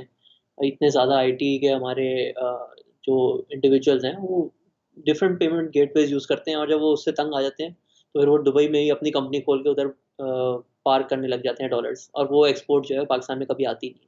अगेन ये इसी पे लीड ऑन करता है कि हमारी लॉन्ग टर्म पॉलिसी नहीं है। जब हम फायर फाइटिंग कर रहे होते हैं, 1-1, 2-2 साल की प्लानिंग कर रहे होते हैं, तो किसी ने सोचा ही नहीं होता कि आज से 5 साल बाद जो ज़रूरी होगा वो मैंने बनाने उस पे काम शुरू किया है कि नहीं। तो again it's a failure of long term policy. Exactly. अच्छा, ये भी चीज़ है कि जैसे कि हम देखते हैं अमेज़न हो गया, अमेज़न अब तक पाकिस्तान के अंदर नहीं आया है। इंडिया के अंदर बहुत ज़्यादा इवॉल्व कर चुका है। पाकिस्तानीज़ बहुत ज़्यादा लोग अमेज़न के ऊपर सेलिंग भी कर रहे हैं। अब जितने भी लोग पाकिस्तानी अमेज़न के ऊपर सेलिंग कर रहे हैं, वो दुबई चैनल यूज़ करते हैं, बहुत ना के बराबर हैं, जो कि पाकिस्तान के अंदर बैठ के आप अमेज़न को अच्छी तरीके से कर ही नहीं पाते। अगर आप करना भी चाहो, आपको दुबई की ज़रूरत पड़ती है, बिकॉज़ आपको काफ़ी ज़्यादा बड़ी अमाउंट के अंदर पैसा भेजना होता है चाइना, चाइना से फिर आपने सोर्सिंग करके उसके बाद अमेरिका में सामान भेज के फिर आपने पैसा मँगवाना है। तो पाकिस्तान के अंदर तो वो चैनल चल ही नहीं सकता। जैसे कि ये बात इमरान खान के साथ जुनैद अकरम ने भी की थी, जब उनका एक मीटिंग हुई थी, तो वहाँ पर भी एक बात की थी कि भी हम लोग इस किस्म के चैनल डेवलप ही नहीं कर पा रहे कि जो पाकिस्तान में डॉलर आना होता है वो किसी तरीके से आ जाए, वो भी हम नहीं आने देते। जब हम इतनी ज़्यादा पाबंदियाँ लगाएंगे डॉलर्स के ऊपर कि डॉलर आप पाकिस्तान में ला तो सकते हो लेकिन बाहर नहीं लेकर जा सकते। एक आदमी का बिजनेस मॉडल ही ऐसा है कि उसको डॉलर बाहर भेजने की ज़रूरत है, और डॉलर बाहर भेजे बगैर वो अपना बिजनेस चला ही नहीं सकता। तो इस एक एनवायरनमेंट के अंदर हम डॉलर किस तरीके से पाकिस्तान के अंदर लेकर आएंगे? फॉरेक्स रिजर्व्स हमें क्या बढ़ते हुए नज़र आ रहे हैं, या सिर्फ लोन्स लेकर हमने जो है उनको स्टेबलाइज करना है और इस किस्म के बैन्स लगाकर अपनी इंडस्ट्रीज़ को भी जो है वो तबाह करना है? नहीं, डेफ़िनेटली अगले आज से अगर 10 साल बाद की बात करें तो मेरे हिसाब से आईटी जो है पाकिस्तान का नंबर 1 एक्सपोर्टर होगा। अगर हम आज उसके लिए डिफ़िकल्टीज़ क्रिएट करेंगे तो हम अपना ही नुकसान कर रहे हैं। अच्छा, इसमें जैसे आपने बताया कि एक आईटी एक्सपोर्टर होता है, वो अगर 30% ऑफ द डॉलर्स बाहर भेज भी रहा होता है, तो वो नेट 70% तो पाकिस्तान में ही ला रहा होता है। एग्जैक्टली। तो इस पे जो आईटी इंडस्ट्री है उसकी स्टेट बैंक से मीटिंग्स भी चल रही हैं कि आप कोई ऐसा पॉलिसी फ्रेमवर्क लेकर आएँ, जिसमें कंपनीज़ बाहर ईज़िली पैसे भेज सकें और बाहर अगर उन्होंने कोई एक्विज़िशन करनी है, तो उसके लिए वन टाइम अलाउ हो कि आप डॉलर्स भेज दें, एक कंपनी बाय कर लें और फिर उस कंपनी से जो रेवेन्यू जनरेट होगा, वो एंड में पाकिस्तान के एक्सपोर्ट्स में ही आएगा।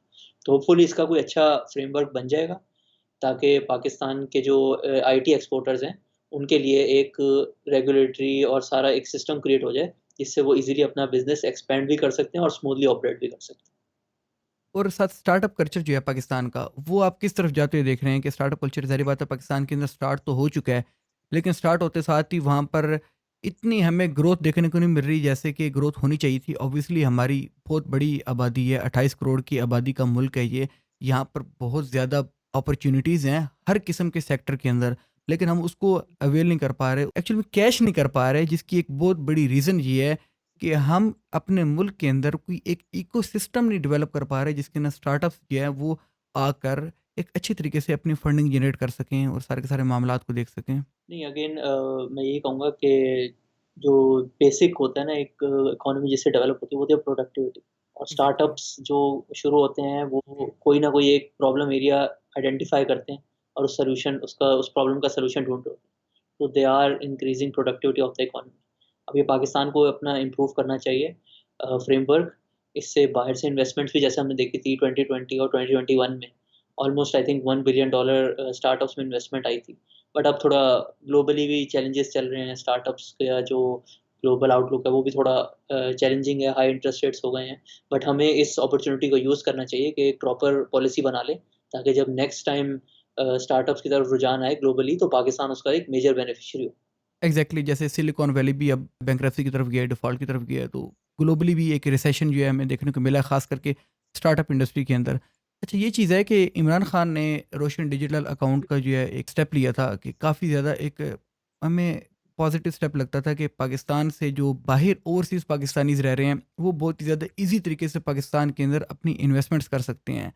लेकिन ओवरऑल अगर हम पॉलिसीज़ को देखें तो क्या इमरान खान की policies as compared to current government better थी, या एक ही जैसे थे, सिर्फ जो है वो नाम का फ़र्क था? नहीं, डिफरेंट एरियाज़ में एक्सपोर्ट साइड पे गवर्नमेंट आई थिंक बेटर थी।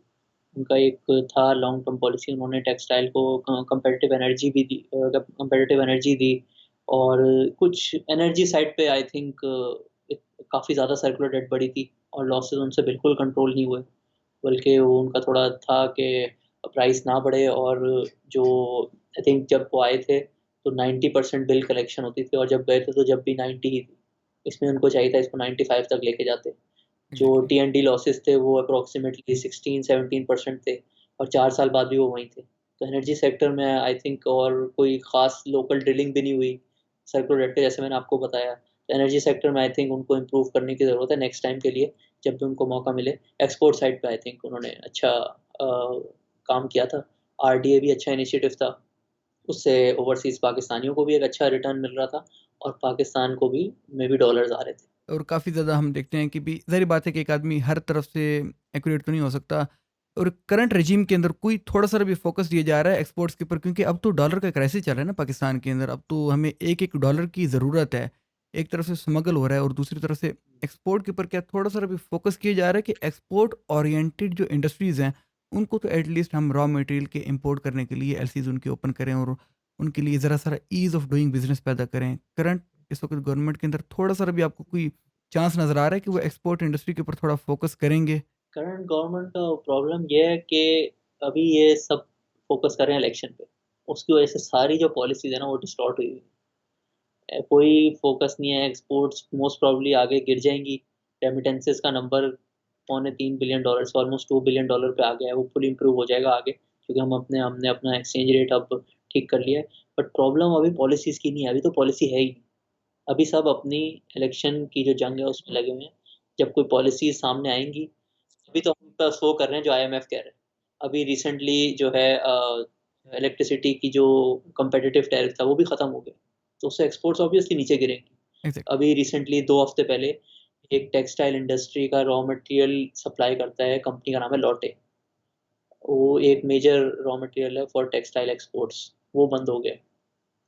ये इतनी अलार्मिंग सिचुएशन है, इतनी बड़ी कंपनी, उसको रॉ मटेरियल के लिए डॉलर्स नहीं है पाकिस्तान के पास।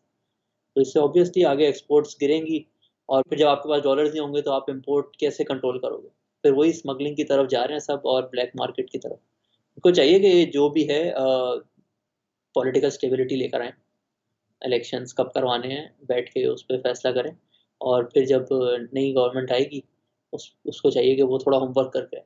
ये नहीं कि वो पहले अपने साल में ये टाइम वेस्ट कर दे कि करना क्या है, फिर 1 साल बाद समझ आए, उसमें और नुकसान हो जाता है। नेक्स्ट गवर्नमेंट जो भी आए, उस पे बहुत ज़्यादा ज़िम्मेदारी है, पाकिस्तान की जो सिचुएशन है, वो अच्छी नहीं है। तो उनको वेल प्रिपेयर्ड आना चाहिए और डे 1 से जो है अपने जो है जो भी उनका पॉलिसी है, उसको इम्प्लीमेंट करना चाहिए। या and what could be the percentage of default risk of Pakistan? एक एक्चुअल परसेंटेज हमें क्या नज़र आ रही है इन फ्यूचर? क्या हम डिफ़ॉल्ट कर सकते हैं या अ, हमारे पास अभी भी चांस है अपने आप को इम्प्रोवाइज़ करने का?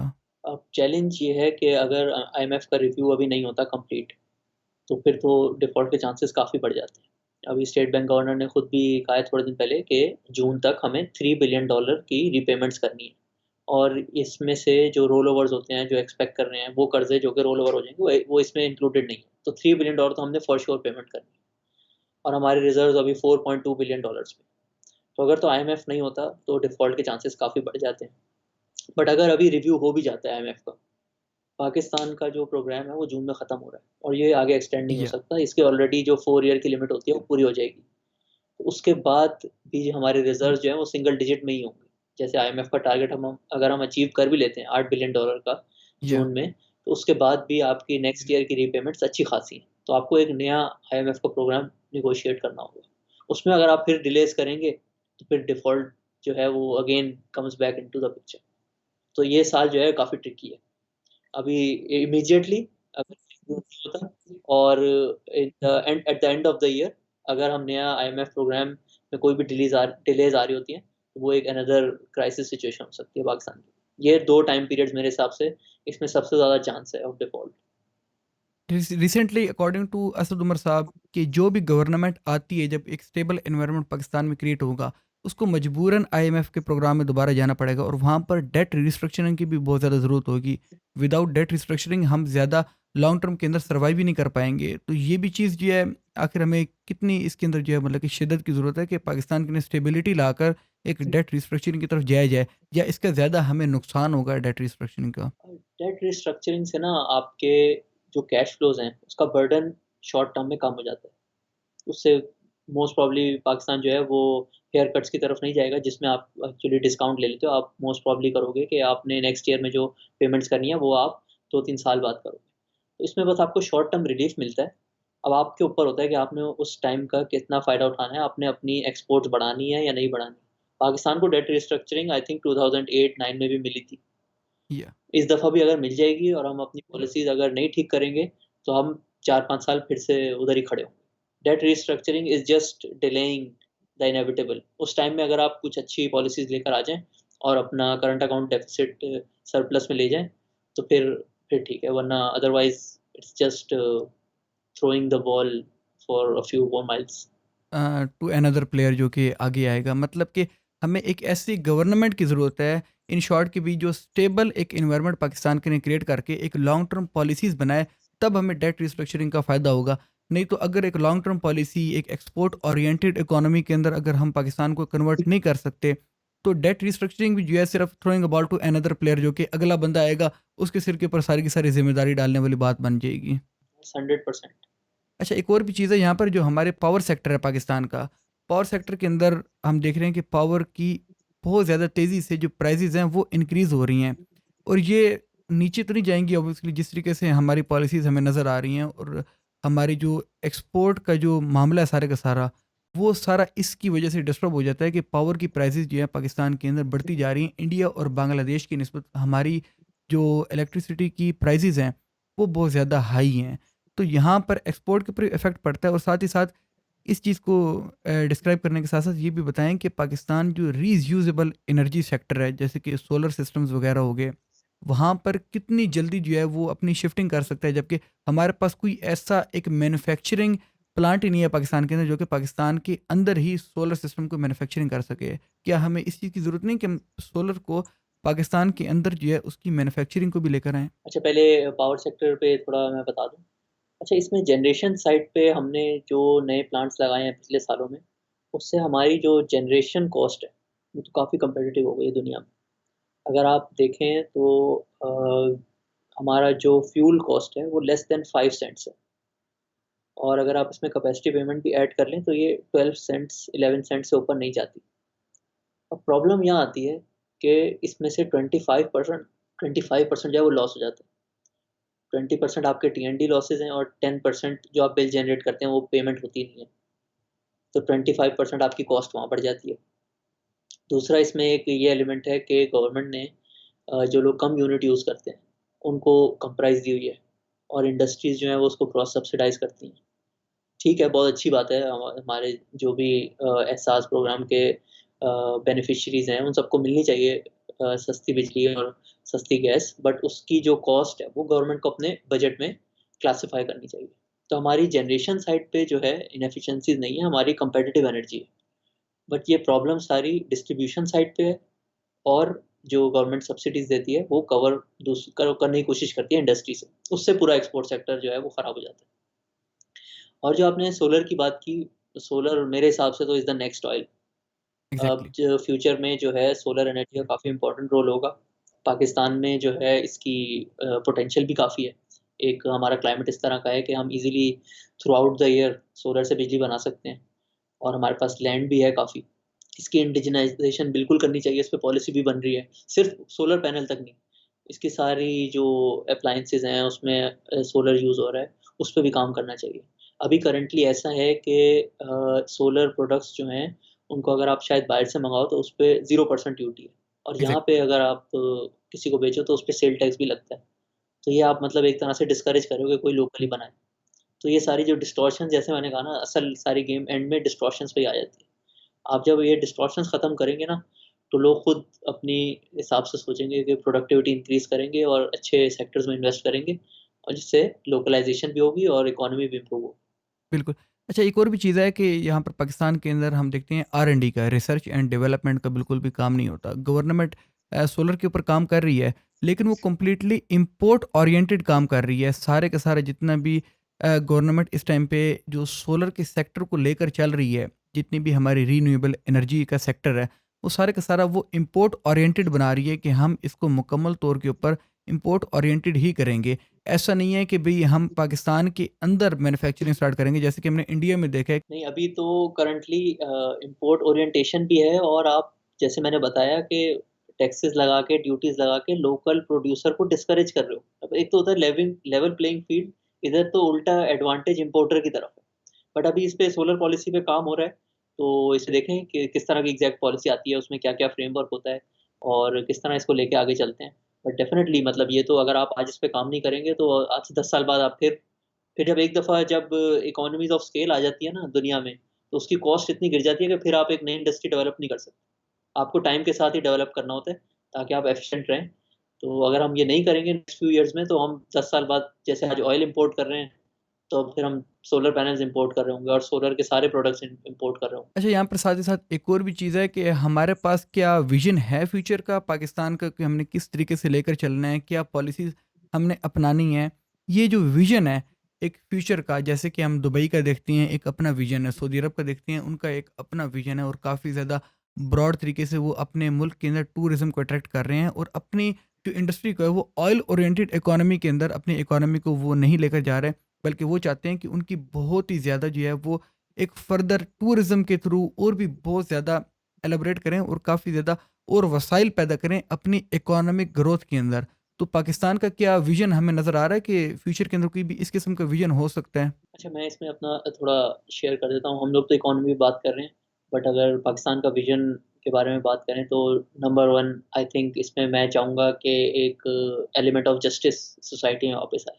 तो जो पॉलिसीज़ हों, जो रूल्स हों और जो पेनल्टीज़ हों, वो एक अमीर आदमी के लिए और एक गरीब आदमी के लिए बराबर होनी चाहिए। ये आई थिंक सबसे बड़ा कॉर्नरस्टोन होता है किसी भी कंट्री के लिए। बट हम क्योंकि इकोनॉमी पे डिस्कस कर रहे हैं, तो मैं उसका अपना विज़न थोड़ा शेयर कर देता हूँ। बहुत ज़्यादा लॉन्ग टर्म विज़न नहीं दूँगा क्योंकि आप 10 साल, 20 साल की बात करो तो फिर it gets lost in translation. या 3 से 5 साल का जो मैं चीज़ें इसमें देखना चाहूँगा कि पाकिस्तान में हो जाएँ, वो है कि जो भी नेक्स्ट गवर्नमेंट है, उसकी पॉलिसी होनी चाहिए एक्सपोर्ट्स, एक्सपोर्ट्स, एक्सपोर्ट्स।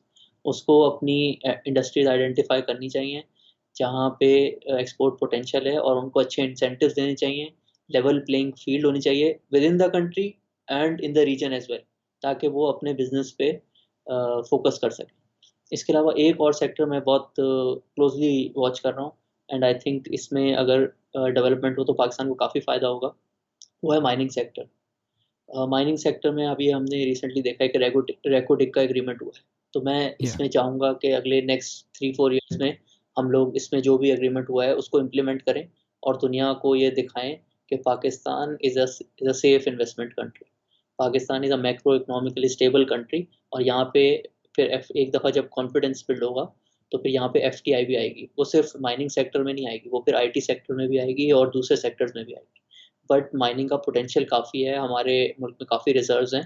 तो मैं ये 2 जो है ना, एक एक्सपोर्ट ओरिएंटेड पॉलिसीज़ और फिर जब हम दुनिया को ये प्रूव करेंगे कि हम एक सेफ कंट्री हैं, तो फिर जो एफटीआई आएगी, वो मैं चाहूँगा कि एक्सपोर्ट ओरिएंटेड इंडस्ट्रीज़ में है। ये 2 चीज़ें अगर पाकिस्तान में हो जाएँ और हम अपना टैक्स स्ट्रक्चर जो है वो थोड़ा इक्विटेबल कर लें, जो सेक्टर्स आज टैक्स नहीं देते, जैसे एग्रीकल्चर हो गया, रियल एस्टेट हो गया। अगर इन पे कोई डेवलपमेंट हो जाए, कुछ प्रोग्रेस हो, तो मैं कहूँगा Pakistan is on the right path. और एग्रीकल्चर के ऊपर तो ये भी बात की जाती है ना कि एग्रीकल्चर का रेवेन्यू इतना ज़्यादा नहीं है पाकिस्तान के अंदर, जितने लोग एग्रीकल्चर की फील्ड के अंदर हैं वो इतना ज़्यादा कोई ह्यूज जो है वो मार्जिन्स नहीं कमा रहे, जिसकी वजह से हम एग्रीकल्चर को जो है वो मतलब कि उसको इस तरीके से उसके ऊपर टैक्स की इम्प्लीमेंटेशन नहीं करते। That could be the reason, या कॉर्पोरेट जो है मतलब कि एग्रीकल्चर की तरफ हमें जाना चाहिए कि कॉर्पोरेट लेवल के ऊपर जिस तरह से एग्रीकल्चर का काम होता है बाकी मुल्कों के अंदर, ऑस्ट्रेलिया हम देख लेते हैं तो ऑस्ट्रेलिया के ऊपर बहुत ज़्यादा जो है उन्होंने उनका कॉर्पोरेट सेक्टर जो है वो एग्रीकल्चर के अंदर इन्वॉल्व है। क्या पाकिस्तान को उस साइड पर जाने की ज़रूरत है? एग्रीकल्चर में जो इनकम टैक्स कलेक्शन है, जैसे हमारे इकॉनमी का तकरीबन 20% जो है वो एग्रीकल्चर है। ये ऑलमोस्ट जो है $60 बिलियन बन जाता है। 60 बिलियन डॉलर्स पे अगर आप समझें कि उसकी अर्निंग 6 बिलियन डॉलर्स भी जो हैं, वो जो है ऑलमोस्ट 2000 अरब रुपए बन जाती है। और इससे जो इनकम टैक्स की कलेक्शन होती है, वो 1 से 2 साल पहले तक 2 अरब रुपए होती थी। तो आप सोचें कि ये लेस देन 0.1% है। ये इसका करंट स्टैंडिंग है कि जो भी इधर अर्निंग्स होती हैं वो डॉक्यूमेंटेड नहीं है और उस पे बिल्कुल कोई भी इनकम टैक्स कलेक्ट नहीं होता। बाकी इसमें प्रोडक्टिविटी जो है एग्रीकल्चर की, जिसको हम यील्ड कहते हैं, उसमें भी पाकिस्तान रीजन से काफ़ी पीछे है। तो इसमें भी जब कोई इम्प्रूवमेंट आएगी, अभी जैसे आपने रिसेंटली देखा होगा कि चाइनीज़ जो है वो कॉर्पोरेट फार्मिंग की तरफ आके और इम्प्रूव कर रहे हैं yields through better seeds and mechanisation. तो इसमें जो भी इम्प्रूवमेंट आएगी, जैसे हम आज व्हीट जो है, अगर उसमें हम 10% समझे हम अपनी यील्ड इम्प्रूव कर लेते हैं, तो आज हम 25 मिलियन टन्स अगर बनाते हैं, अगर हम 27.5 बनाएँगे, तो जो एक्स्ट्रा 2.5 मिलियन टन्स है, उसकी वैल्यू ऑलमोस्ट $1 बिलियन है। या अब या वो पाकिस्तान को वो इम्पोर्ट बिल से कम हो जाएगा, अगर पाकिस्तान को ज़रूरत होगी, या फिर अगर पाकिस्तान एक्सेस प्रोड्यूस करेगा, तो फिर वो एक्सपोर्ट हो जाएगा। तो इसमें जो भी इम्प्रूवमेंट आएगी प्रोडक्टिविटी में एग्रीकल्चर की, वो भी एक तरह से आपके लिए डॉलर जनरेटिंग है। और पाकिस्तान की यील्ड चाइना से नहीं, इंडिया से भी बहुत ज़्यादा कम है। इंडिया से भी 1.2 समथिंग जो है वो कम है एज़ कम्पेयर टू जो हम पाकिस्तान के अंदर प्रोडक्शन करते हैं, इंडिया की प्रोडक्शन जो यील्ड है, वो एग्रीकल्चर के अंदर काफ़ी ज़्यादा अच्छी और वो डेवलप कर रहे हैं अपने आप को। जिस तरह से चाइना भी डेवलप कर रहा है, चाइना तो बहुत ज़्यादा आ गया ना, चाइना की तो यील्ड काफ़ी ज़्यादा अच्छी है और मेरे ख्याल में दुनिया में चाइना के मुकाबले के अंदर कोई भी इस वक़्त एग्रीकल्चर के अंदर प्रोडक्शन प्रोवाइड भी नहीं कर रहा है, जितनी वो अच्छी तरीके से जो है मतलब कि अपनी लैंड को यूटिलाइज़ कर रहे हैं। हम लोग चाइना के जैसे पार्टनरशिप कर रहे हैं, तो ये आई थिंक अच्छा होगा। इसमें हम डेफ़िनेटली देखेंगे नेक्स्ट 2-3 इयर्स में कुछ एग्रीकल्चर में पॉज़िटिविटी का एलिमेंट देखेंगे हम। एक लास्ट क्वेश्चन है, ऑलरेडी हम 1 घंटे से ऊपर पहुँच चुके हैं और काफ़ी ज़्यादा जो है प्रोडक्टिव किस्म की हमारी ये कन्वर्सेशन रही है। एक चीज़ ये है कि पाकिस्तान की जो पॉलिसीज़ हैं, वो एक्सपोर्ट ओरिएंटेड, आपने कहा कि हमारी जो फ्यूचर विज़न है, वो कंप्लीटली एक्सपोर्ट ओरिएंटेड होना चाहिए। साथ ही साथ क्या हमें पाकिस्तान के अंदर कोई पॉलिसीज़ की ज़रूरत नहीं है इस किस्म के इंफ्रास्ट्रक्चर डेवलप करने की, या सिर्फ़ और सिर्फ़ हम एक्सपोर्ट ओरिएंटेड पॉलिसीज़ बनाकर मुकम्मल तौर के ऊपर ग्रोथ ले सकते हैं? नहीं, डेफ़िनेटली एक्सपोर्ट सिर्फ़ एक एंगल है। लोकलाइज़ेशन जो नंबर 1 सेक्टर है जहाँ पे आपको लोकलाइज़ेशन की ज़रूरत है, वो है एनर्जी। आज भी आपका जो इम्पोर्ट का सबसे बड़ा बिल है, उसमें ऑयल, गैस, कोल, अब थर कोल पे तो काफ़ी डेवलपमेंट्स हुई है। हमें चाहिए कि पाकिस्तान का जितना भी कोल का इम्पोर्ट है, उसको रिप्लेस करें थर कोल से in the next 5 to 10 years. Gas में अभी भी पाकिस्तान में बहुत ज़्यादा रिज़र्व्स हैं। टाइट गैस का आपने रिसेंटली सुना होगा कि टाइट गैस की पॉलिसी जो है उसमें डेवलपमेंट्स हो रही हैं और उसका भी काफ़ी पोटेंशियल है पाकिस्तान में। ऑयल ऑयल रिज़र्व्स शायद पाकिस्तान में उतने अच्छे नहीं हैं, तो उधर हमें चाहिए कि हम सेविंग की तरफ जाएँ। आज भी आपने देखा होगा कि हर आदमी जो है वो एक मोटरसाइकिल यूज़ करता है, कि इतना अच्छा हो अगर हमारे मुल्क में एक अच्छा पब्लिक ट्रांसपोर्ट का सिस्टम हो, तो उससे पेट्रोल की कंज़म्पशन कितनी कम हो सकती है। तो ऑयल में हमें थोड़ी इंफ्रास्ट्रक्चर में इन्वेस्टमेंट करने की ज़रूरत है, ताकि इम्पोर्ट बिल कम हो। रेलवे की हमने ऑलरेडी बात की, उससे भी डीज़ल इम्पोर्ट कम हो सकता है। बाकी हमें थर कोल को डेवलप करना चाहिए और जो लोकल गैस रिज़र्व्स हैं, उनको भी यूज़ करना चाहिए, उनमें एक्सप्लोरेशन करनी चाहिए, ताकि हमारी जो एनर्जी में जो इम्पोर्टेड एलिमेंट है, वो कम हो सके। और अब्दुलरहमान भी बहुत ही ज़्यादा मज़ा आया आपके साथ बात करके। एक्चुअल में काफ़ी ज़्यादा प्रोडक्टिव किस्म की आपकी कन्वर्सेशन थी। साथ ही साथ गाइज़, मैं जो इनका ट्विटर हैंडल है, वो भी डिस्क्रिप्शन के अंदर डाल दूँगा, आप इनको फ़ॉलो करें। एक्चुअल में इनकी जो मुकम्मल तौर के ऊपर जो ट्वीट्स होती हैं, वो इकोनॉमी के रिलेटेड होती हैं और काफ़ी ही ज़्यादा जो है वो आपको इनसे सीखने को मिलेगा। तो लाज़मी उनको भी फ़ॉलो कीजिएगा। साथ ही साथ हमें सब्सक्राइब करना मत भूलिएगा। Well that's all for it दो। अल्लाह हाफ़िज़, टेक केयर ऑफ़ योरसेल्फ।